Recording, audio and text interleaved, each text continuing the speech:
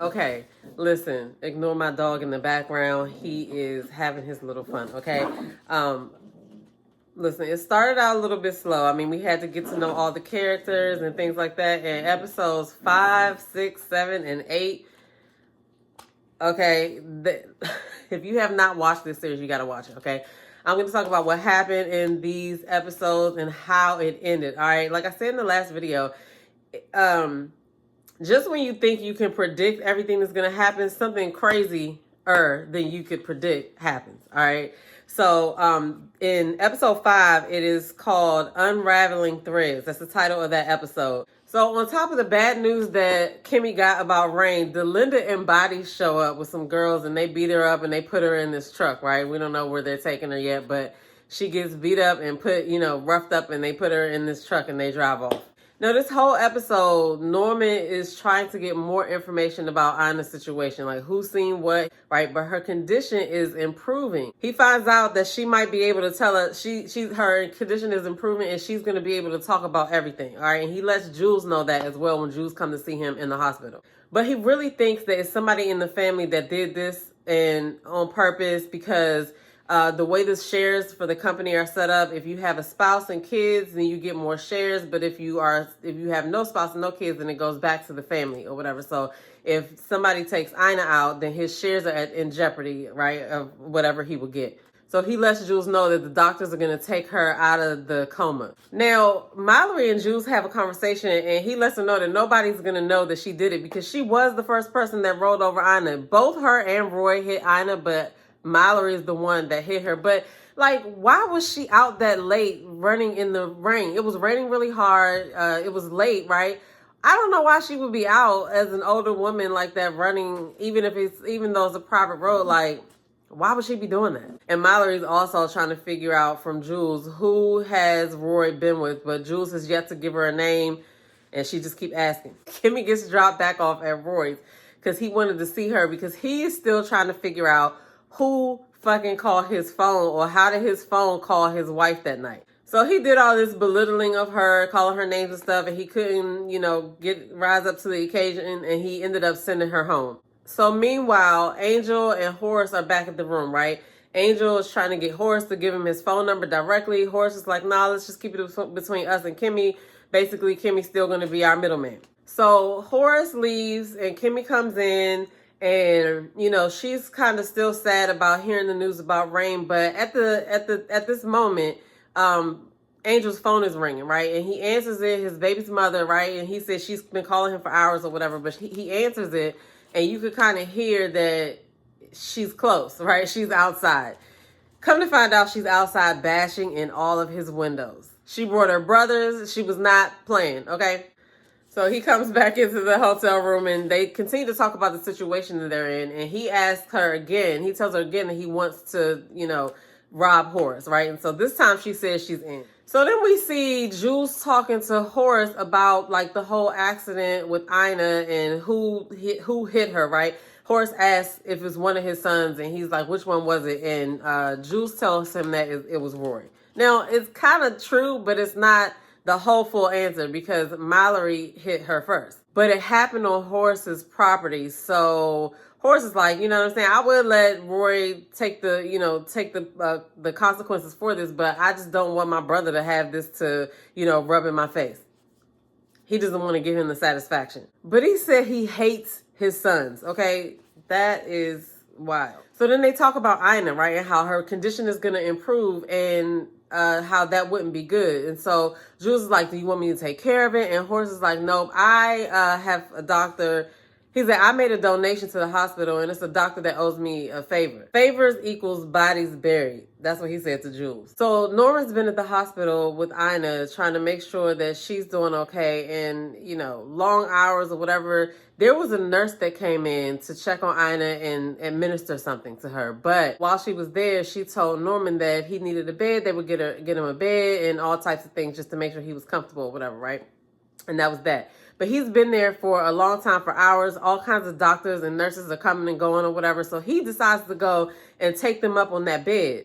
Well, when he went out there, he didn't recognize anybody. Now, doctors and nurses do change shifts or whatever, but he was just totally confused. At that moment, I knew that lady that offered him that bed probably took Ina out at that moment. Remember, Horace said that there was a doctor there that owed him some favors. So did he make the call, and did somebody get in there to take Ina out? So then Jules pulls up on Bonnie and Delinda at this diner or whatever. Bonnie comes out, gets in the car, and Jules plays this whole mind game on her, telling her, that she's not really doing her job, and maybe Kimmy should take her place and stuff like that, and how he was kind of disappointed in her and stuff. She's just like, she's not taking my place, and she's all mad about that. But anyway, she tried to give him some head before she got out, and he was pissed, got completely pissed. Okay.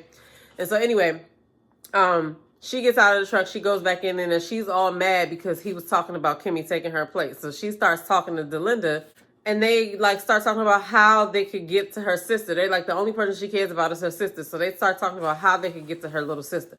Then there's a little scene in there with Barney and Charles. Barney is the lawyer, and he happens to like Charles, okay? And him and Charles have a relationship, but Charles and him are talking about why their relationship is hidden. And Barney's like, I can't be out and open with what I'm doing, and your family makes me a lot of money. Charles wants to go out, and so that's what they're talking about. But essentially, Charles wants Barney to stop hiding their relationship. Then, like I said last episode, whenever Mallory has these certain moments, it just does not flow, but it could be kind of funny. And this one was kind of funny, but she came out to get in the vehicle, and she told Jillian, look, you're not riding with us ever again. And then she told her she stinks. She said that she smelled like mothballs and hair grease. And then she got in the truck, and she was like, wait, did you sit on this side? And she got out and walked around and got in on the other side. And they drove off. I'm like, okay, that was weird, but it was a little bit comical, okay? So that leads Jillian to take herself upstairs and sneak into their bedroom, and Roy is in there, right? And so, of course, Roy's paranoid self is thinking that Mallory sent her up there to set him up, right?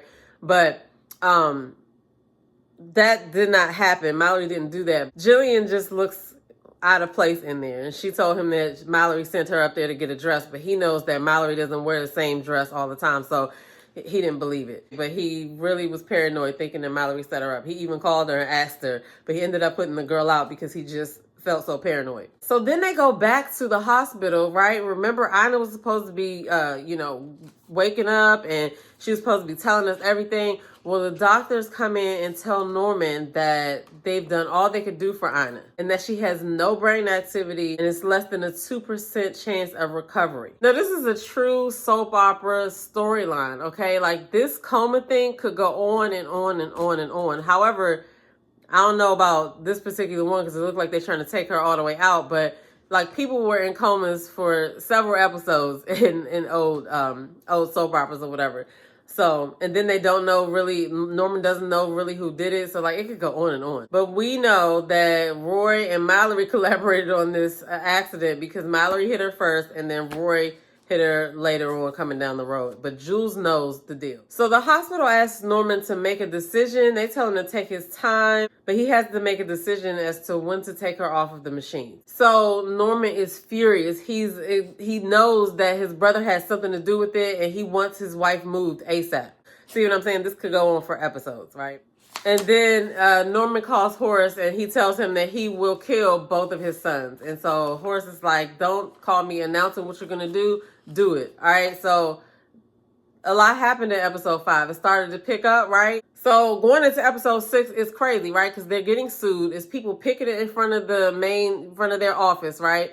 And everybody's using the garage to get in except Roy's dumbass, right? He wants to walk through the front. He gets caught on camera, and a lady is telling how our daughter got cancer, and Roy's just sitting there looking crazy. And then he goes in, and he gets served before he gets into the building. He gets served by the lawyer that is handling this case called Lena. Her name is Lena, the lawyer. And apparently they know each other, but he doesn't remember her, but she remembers him. So Norman, like I said, he wants to have his wife moved. The doctor that is there is advising against it, but he is convinced that he has to do this. There's all types of doctors and nurses coming around. One doctor is telling him that he does not need to move her, and the other doctor is saying that they could do it, and so he is deciding to have her moved. All right, and Mallory also comes to the hospital to make nice with him to make sure he's all right. But like, keep in mind, she's the one that did this, but he doesn't know. But he tells her he's not mad at her. And, they kind of, exchange kind words and stuff like that. And it just kind of looks like she's there for him, right? Like she checked on him. So it's so much going on in this episode as well. Angel's car, his baby mother comes back and sets it on fire this time. Kimmy finally tells Angel that she found out that Rain died, and Angel is busy really trying to rob Horace. He wants to rob Horace. He's trying to get Horace to invite him to his house. Now, we know he's not going to invite him to that mansion, but we'll see what happens. Jillian is trying to come on to Roy, but Roy is not having it. But there was a part where Kimmy talked to her little sister, and her little sister was talking about how she wants to come live with her when she turns 18, and how, when she sends her money, it gets taken away from her, and she's not allowed to do cheerleading and all of that. So Roy is in the office, he runs into Jules, and they're talking, and Roy is saying that he's thinking about calling Lena the lawyer. And Jules is like, I advised against that. I think you should let your father and Mallory handle it. And he says it a couple of times. And Roy picks up on the fact that, you don't think that I could do it. Like, he's, thinking, why? I can do it. And he's like, he proceeds to, like, pump him up, right?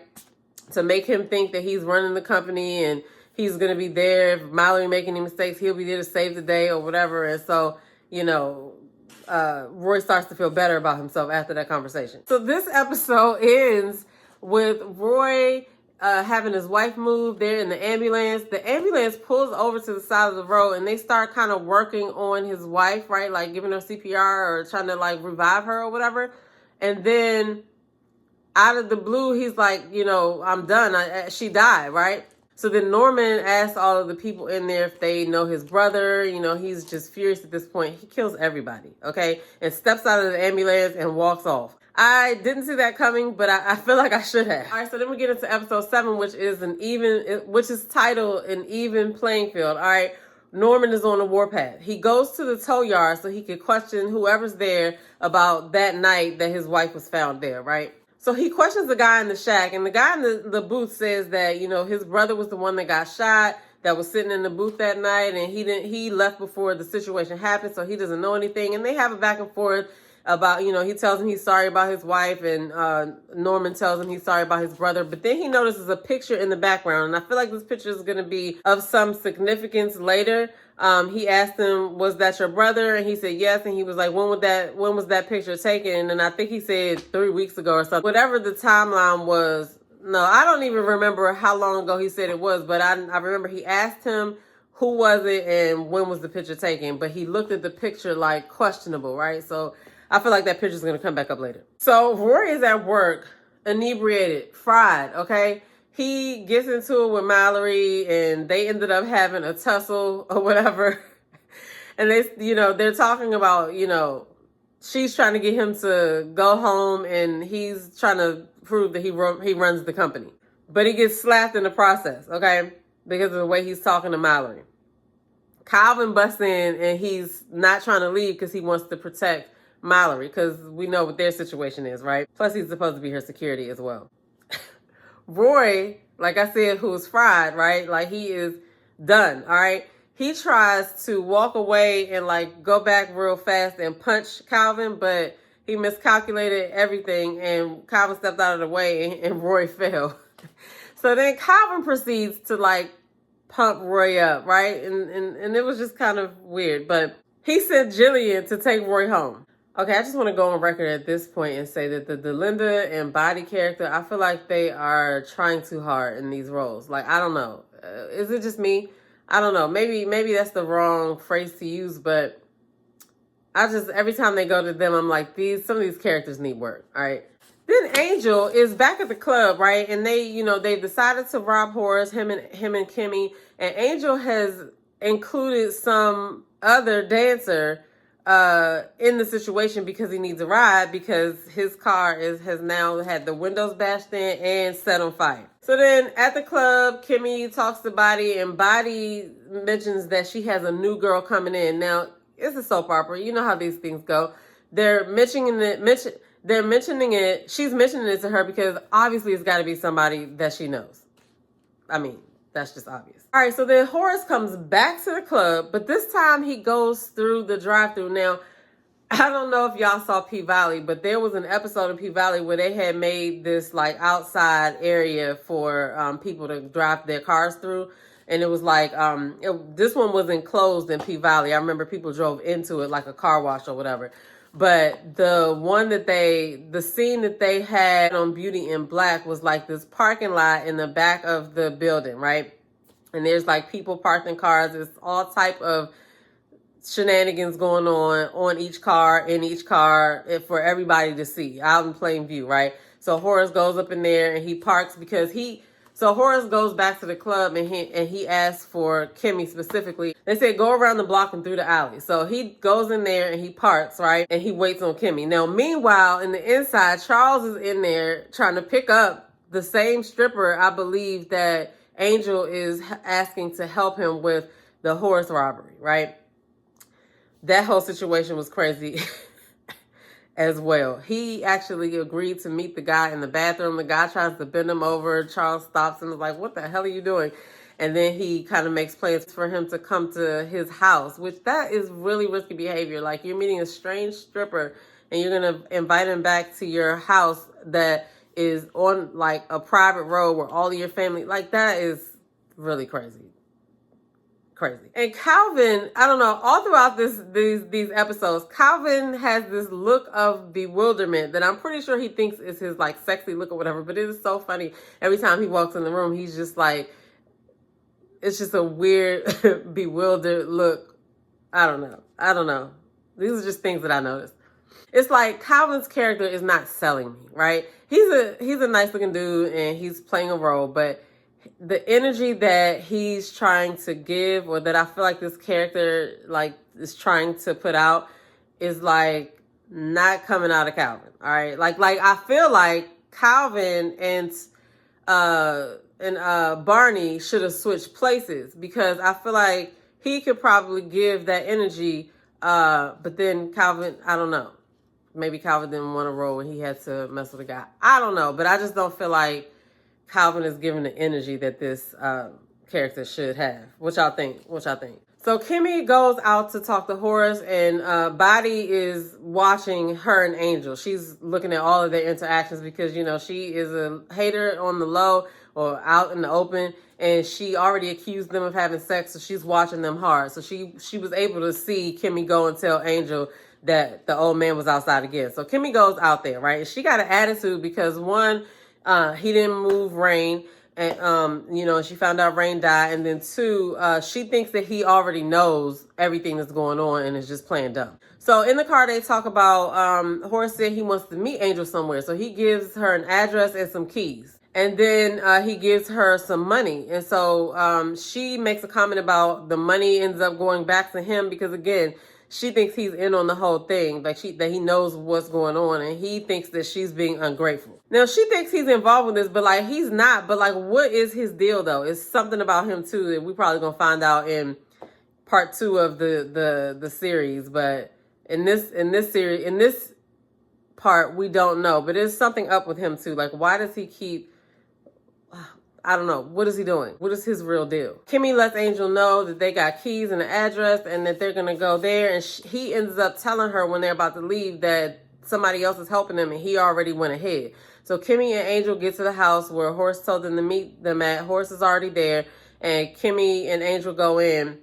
So Horace talks to them and him and Angel go upstairs. Kimmy's downstairs, you know, in the kitchen just waiting. So then Angel is upstairs stalling and texting, you know, being all hot about whatever he's doing. And Horace notices how he's on his phone and he's like, who you talking to? You over there texting? And he's like, oh, my baby mother. And then he said, oh yeah, you still texting? He's like, yeah, it's my baby mother again.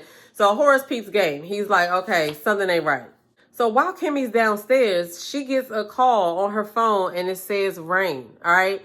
Of course, she's freaked out. She picks up the phone and it is Rain. She finds out that Rain was moved to another hospital.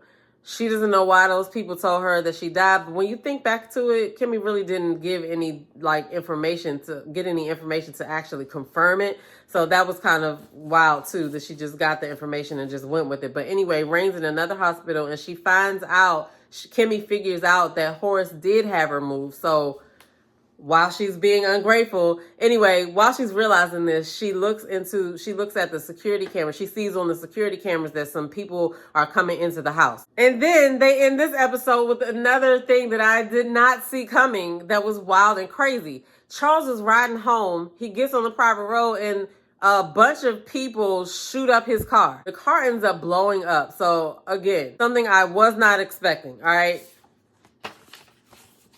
This thing just got crazier and crazier and crazier. All right. And so now we are going to talk about episode 8. I just feel like I had to talk about all 4 of these in succession because all of the things that happened, it was just like, oh my goodness, oh my goodness, oh my goodness. Okay. So anyway, episode 8.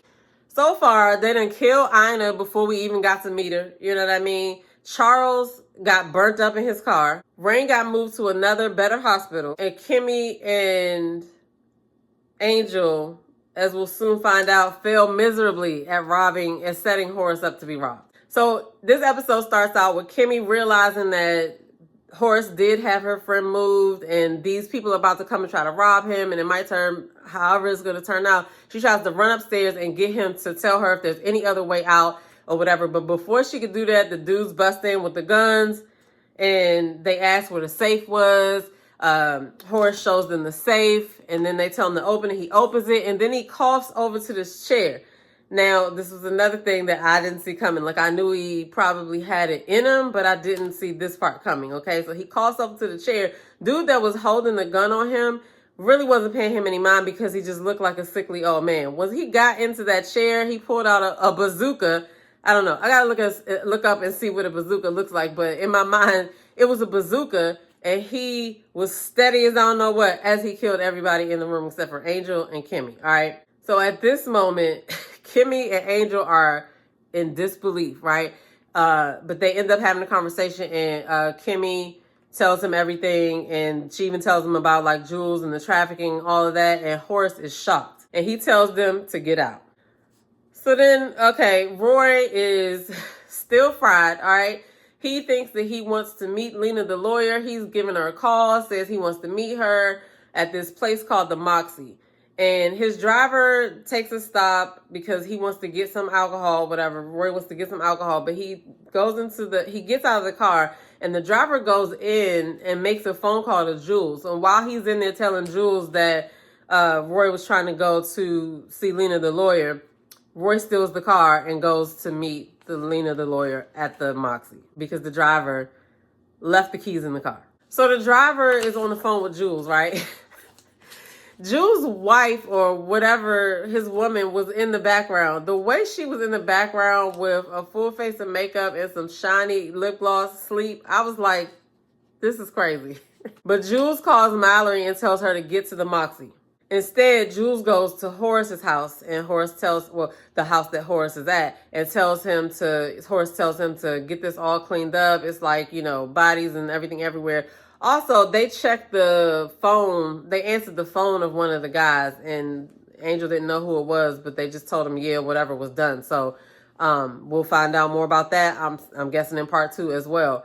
But there was something about the makers of the safe, like whoever delivered the safe might have come back and tried to rob him. So we really don't even know who was trying to rob him because the dude that was supposed to help Angel didn't even show up. Was he involved in the Charles situation or was he involved in, we don't know. So, but Horace asked Jules about Judge Harold and he says he wants to meet him. I think that is the judge that's friends with his brother Norman. So anyway, Horace says that he wants to meet with him. So then, Roy shows up at the Moxie, meets Lena.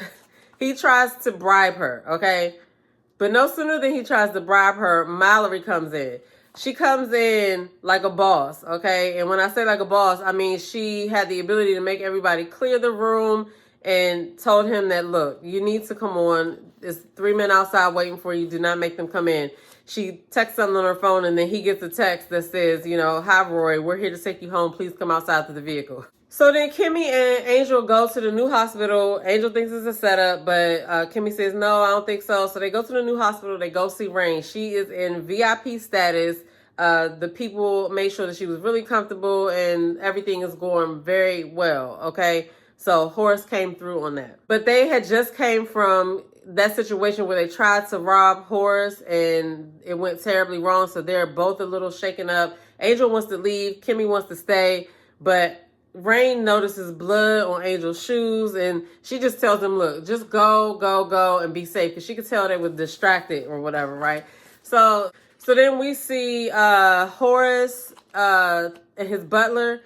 Apparently they noticed that his fire truck's on the back side of his property, and so Horace sends his butler to go see what the issue is, but we know that's the Charles situation, all right? Charles' situation just happened right behind his house. And Charles is his son, one of his sons. But remember, he said he hates his son, so I'm interested to see what his reaction is going to be. So then this is another funny situation. Mallory and Roy riding home, obviously, from the Moxie, and they arguing and stuff like that. But there was a part where Mallory, like, calls his, she said, I'm going to call your father or whatever, right? And so she actually dials the number or starts calling or whatever. And so Roy reaches for the phone. Mallory's trying to get her phone back. They tussling in the back over the phone. And she goes from reaching for her phone to her feet are like on his shoulders and arms. And I'm like, what? And he notices because her feet are up there that she's not wearing any underwear. I was like, okay, I guess that's the normal thing that happens. You go from reaching to your phone to just in the position where your head is down. I don't know. It was crazy to me, okay? But he says she never forgets to wear underwear. So he's like, side-eyeing her about that. But of course, they get on the private road and they can't get past because of the Charles situation. So Mallory jumps out of the car when the car stops and she runs over and she asks, is that, trying to see if it's Charles' car or whatever. And then at that moment, Horace calls her phone back because she just called him in the truck. He calls her phone back and she tells him to get down to the private road and it's not good. So this episode also had an ending that I did not see coming, okay? And it was just as shocking as the last two things that happened in the end of the episode. So, I don't know. You guys are going to have to get in the comments below and let me know what you think. What are your thoughts about this series? Have you finished watching the whole thing? It is the type of thing that you can binge, so definitely go ahead and do that so we could talk about it. So you can get in the comments below, all right? So, Delinda and Body meet Angel back at the hotel just as they're coming back from the hospital from seeing Rain. And so when they get there, Angel's freaking out like, oh my God, we're caught or whatever. And Kimmy's like, just chill. But immediately Body starts going off, accusing Kimmy of trying to take her place. Kimmy's trying to tell her to chill and not do anything, that it's okay that she don't want her place. And so Kimmy's like, so Body's like, well, I already did something. Then this van pulls up with the side door open and her little sister is in there and they speed off, right? Like, I just got questions. Like, how did they get to her? Are we going to find that out later? Like, I didn't understand that part. Where are they taking her? I don't know. So anyway, Kimmy and Body get into a fight finally, right? But Body pulls a knife and then Kimmy does the unthinkable and runs to the car and drives up and does what Jules was threatening to do to her with that ambulance. She smashed Body, all right? And that's how it ends. Wow, in my Armand Wiggins voice, okay? Because those things I couldn't have thought of, all right? I don't know. I kind of, got into the season. I'm ready to see part 2 now that I'm invested now, right? I'm all the way in there now. So I'm going to be looking for that in the spring. I want y'all to get down in the comments below. Let me know your thoughts. What part was the most egregious to you? What part was the worst to you? I don't know. What would you change? Get in the comments below and let me know. I'm your girl, Demetra Joe, and I'll see you guys in the next video. Peace.